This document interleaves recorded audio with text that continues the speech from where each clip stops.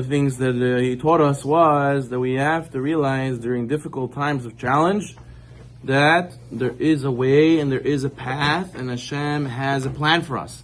And what is the prototype case in the Torah that we see that people were in a challenge and Hashem, they seemingly didn't know where they were going, and Hashem still led them the right way? In the desert, the Jewish people in the desert, Hashem gave them the ablaka. He gave them the clouds, the cloud that led them the way, the anan, ananei hakavod. Now, the Jewish people, it says in the Torah, Achrei Hashem Elokechem telechu. After your God, Hashem your God, you shall follow. And the Ramban explains that what does it mean that the Sifri says this is talking about the cloud? It means that even though we do not have the cloud today, Hashem still leads us, and Hashem still gives us different signs for how to go about our lives and navigate the challenges we have. So we must listen to those signs, look for those signs, and realize that Kadosh Baruch Hu is still guiding us.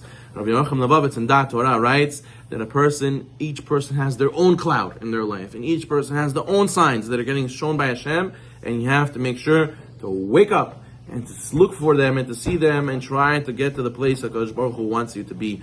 He says personally, Rabbi Yochanan, he found himself in situations where he felt mamash, he found his cloud. For example, one time it was a Friday in a town 15 miles from where he was supposed to be for Shabbat. He started his journey early in the day, but as a precaution, he thought he had his time because it's Shabbat soon, but he left early, but still ended up being there was a lot of blockages, there was a lot of challenges. At one point, the wheel for the carriage broke, and he was stuck, and he knew that it was going to be candlelighting soon, and he understood Hashem was sending him a message. What was that message? Do not travel on Friday because you could get delayed. So therefore he knew that was a sign Hashem was teaching him. And then another situation happened that after World War I, Rabbi Yerucham needed to travel from Lithuania to Poland, and he had to go through Germany. He reached a certain German town, and all of a sudden out of nowhere, some Jew came to him and asked him, do you need to go to to Poland?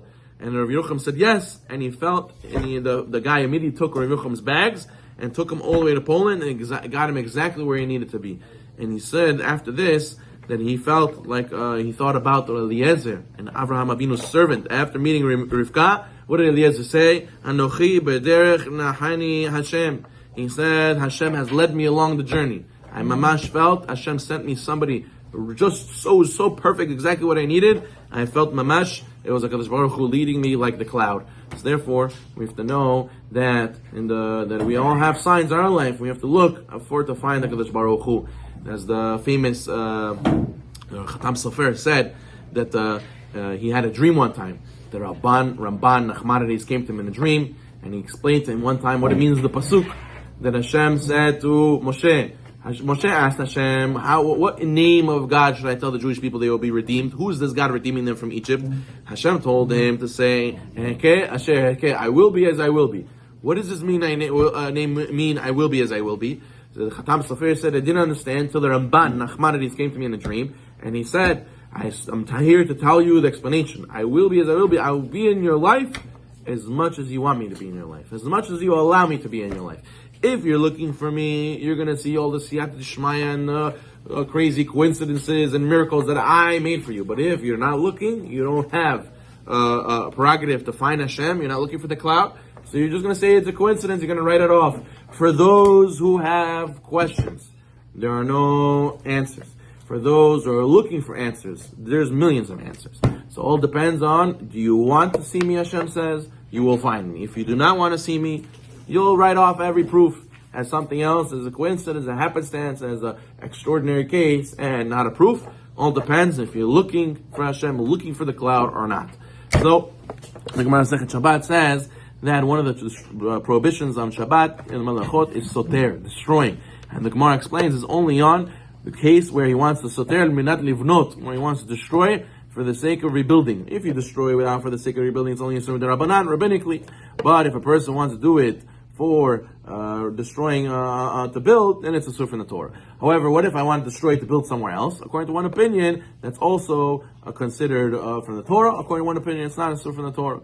So now, where do we learn the laws of Shabbat from? From the Mishkan. The Mishkan, when the Jewish people, they used to dismantle and assemble the Mishkan. That's where we learn building and destroying. So obviously dismantling the Mishkan was meant on the condition to rebuild. So therefore the Gemara says, but they never were going to go and build it for permanent. They were always building temporary. They were always moving around.